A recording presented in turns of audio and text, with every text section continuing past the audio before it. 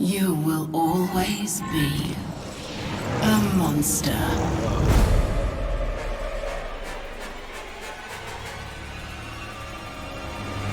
What's up, y'all? Welcome back to TNT Gaming. So we are back with another God of War podcast. Yes. And in this episode, we're talking about our favorite emotional scenes. Right. But in the first episode, we were just going over our favorite our scenes. favorite overall scenes. Yeah. So if you missed that one, you can watch this one first and then go back and check out episode 1. Exactly. You can watch them all out of order. Yeah, It doesn't matter. watch them all. Right. Gotta catch them all like Pokemon. So, so you want to go ahead and start, babe? And tell us about your favorite emotional episode. So there's a bunch of scenes in God of War, incredible scenes, and it was kind of hard for me to decide on which scene I wanted to pick for this week because there are so many emotional scenes throughout the God of War series, especially in Ragnarok. But I chose this particular scene because for me, it was an emotional part of the journey, especially since we had watched the whole God of War lore from the beginning.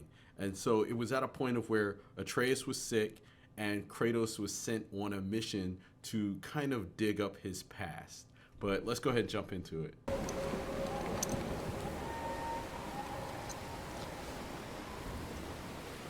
See, now for me, he was like in deep thought because it was almost as if it was something that he didn't want to do. What's the name of the scene? The boat ride. Okay. Aww. So also a big part of this scene for us, when we saw it, when it happened, Athena. It was the reintroduction of Athena. So for those that don't know, I hate Athena. If you did not watch our God of War series in its entirety, like she just really rubbed me the wrong way. Yeah. And I grew to hate her. Yeah. And so for me, this was a very impactful scene, but it was very emotional as well because you could tell Kratos was really hurting during this part. Yeah.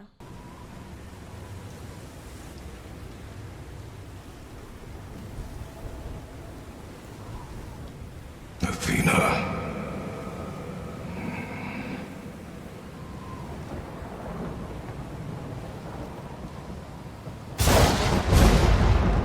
Get out of my head. He's trying to manipulate him again.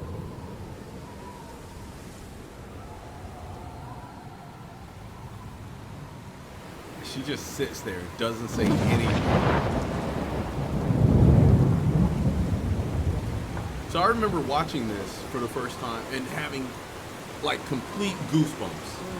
And so the scene actually continues with him going to his their old house, and then he's digging up the blades of chaos. Now, for me, I was like, oh man, because in my mind, Kratos had turned a new leaf. He was trying to be a father. He was trying to be the good guy. But now they have brought out the God of War. They brought out the old Kratos. And when he started digging up the blades of chaos, like, you know, all these emotions and feelings just start rushing in on me. I was like, ah, shit. Yeah. This reminds me of that John Wick scene. Like Oh, when yeah, they yeah, pushed yeah. him to his brink and he was out of the game. Right. And then he had like destroyed the concrete just to get back his guns and everything. And so this right here, this is really cool because he looked at his arms. Still bandage on him.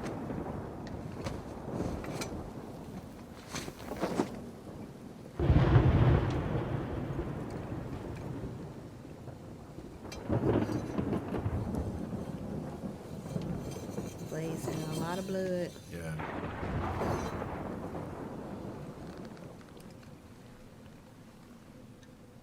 He's shaking.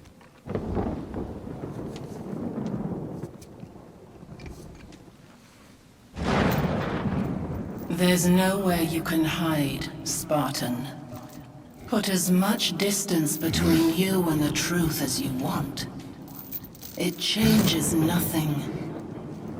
Pretend to be everything you are not. Teacher, husband, father. But there is one unavoidable truth you will never escape. You cannot change. You will always be a monster. I know.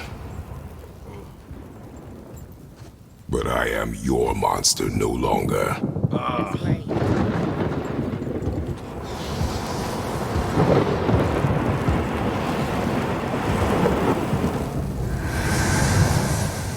All right. So that right there, that whole trip from the boat ride, going into his house, digging up his past, and then finally confronting Athena to let her know that she no longer has a hold on him. Yeah. To me, that was very powerful. It was very emotional. And I just remember when we were watching this during the time, because Atreus was sick and everything, you know, in my mind, I'm thinking this is a man that was trying to run away from his past. He was seeking redemption and trying to start a new life. But ultimately, his old life was catching up to him. And then we finally see in Ragnarok where it does catch up to him and he needs to confront it in order to move forward. Yeah. All right. So, babe, your turn. What was your most emotional scene? So this is dealing with Freya, Atreus, Boulder, and Kratos. Okay. And this is emotional because you always talk about the father and son relationship between Kratos and Atreus. Right. But with Freya, she had a son named Boulder. He was insane. But she loved him nonetheless. Yeah. And no matter what she did, she wanted the best for him. Right.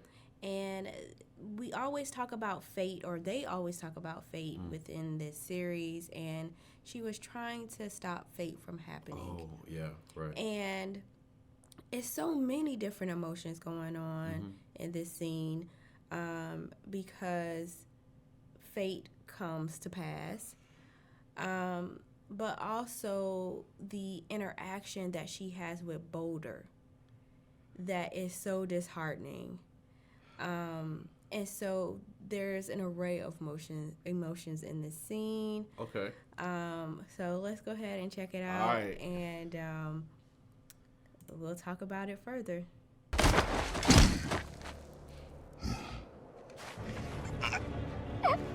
And Kratos really did try. He really did try. Not to kill him. Do it. Stop. Please. It's that motherly love. And He's the being crazy father. thing- Okay. Not a threat. The crazy thing is, Boulder was trying to kill his mama. Oh, yeah. He wanted to get rid of Freya. And he Right. was angry at her for cursing him. Right. And so, as you said, there was a lot of emotions going on in this particular scene, because you have Kratos, who's angry at Boulder for trying to kill Atreus and being in the way of their journey, but then you have Freya, who's like, "Don't hurt my son." But then you also have Boulder, who's like, he's ready to go. He doesn't want this curse Because he feels anymore. nothing. Right? Yeah, he feels nothing. And so with him and Kratos, because Kratos is a warrior. Right. He is a god. Right. And so he is a match for Boulder. Right? Yeah. And I think Kratos tried everything not to kill this man, this insane man. Right. And he was trying to protect not only his son, himself, but Freya. Oh, yeah. Yeah, and so he was put in a really weird position. odd position, an odd predicament. And it had me thinking, like, what was he supposed to do in this situation? Right. Let Boulder keep coming after him? Right. Let Boulder somehow kill his son, kill him, kill Freya? Right. So yeah, let's continue. Like, what was the answer? What was the answer? You will not come for us again. You will not touch her. I don't need your protection. Let him go.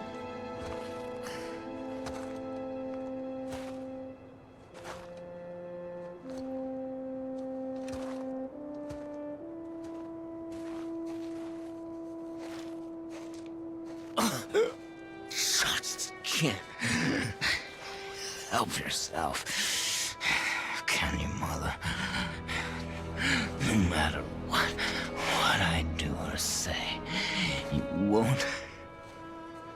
won't stop interfering in my life. I was just trying to protect you.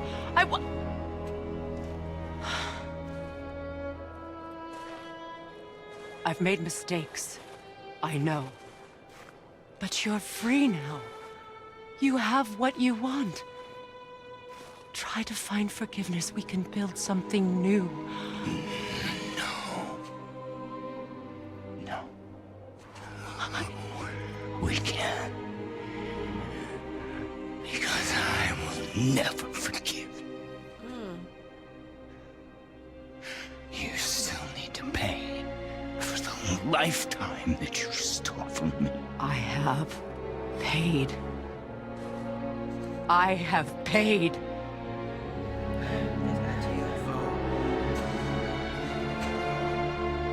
But if that alone will make you whole, if seeing me dead will make things right, I won't stop you.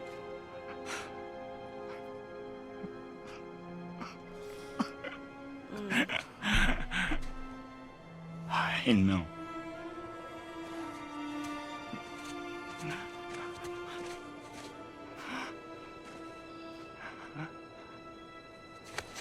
Oh, And you think he's coming in for a hug. right, yeah. He just had so much anger and hatred for her. Oh, Jesus. He couldn't just stand by and let that happen. And just not do nothing. You could have walked away. The cycle ends here. Must be better than this.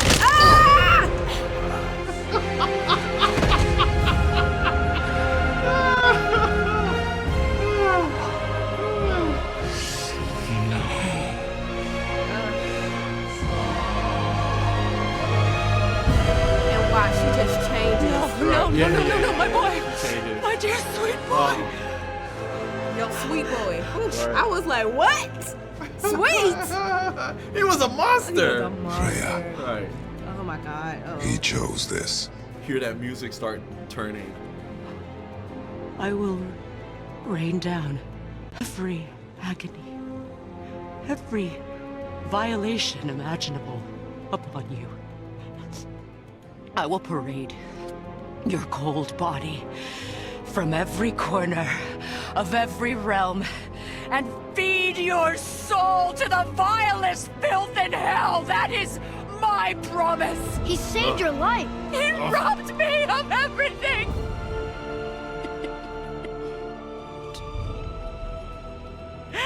Everything.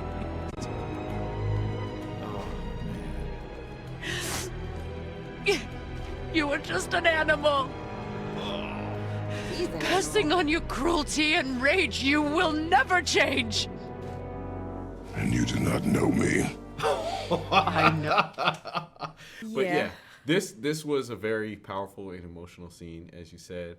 I didn't expect Freya to have so much blind loyalty to her child. To her child. Man, we see this every day. She loved him unconditionally. But you're right. We do see this every day because there are kids out here that be doing all kinds of craziness, and when they interview the parent be like, "He was a good boy." Right. I mean, you kind of expect that from your parents. They should love you unconditionally, but then at the same time, when they start harming others, is when you have to kind of be logical, and really step in. Now, the crazy thing about it is that we really didn't know the extent of Freya's suffering until we get to Ragnarok, where we start delving deeper into her story, because she really was tormented while she was married Odin, and even after the marriage with Odin. It was like there was so much going on. But then when she started making those threats to Kratos about how she was going to rain down fire. It was misdirected. Well, it was misdirected, but I remember when we watched that scene initially, I was thinking like, lady, do you know who this guy is? He will mess you up. Right. But then when we start learning how she was the head of the Valkyries, Right. like she was a badass. Definitely. You know, so yeah, she could hang her, she can hold her own. Definitely. You know? So that was my choice, Yeah. and you see why so many emotional feelings going on there was a lot between going all of on, them, right. and just like it was like an emotional parental moment for Right. all of them. Yeah. You Now, know? you know what? As I said, there were so many emotional scenes within this series. There was one that really pulled on my heartstrings. That actually made me cry in my original reaction. Maybe we'll go over that and we'll break it down in our next video. But guys, let us know what you think is the most emotional scene in the God of War series is. We'd love to hear your thoughts. Leave it down below in the comment section. But as always, like, share, and subscribe. We'll see y'all next time. Take care. Ta-ta. Peace.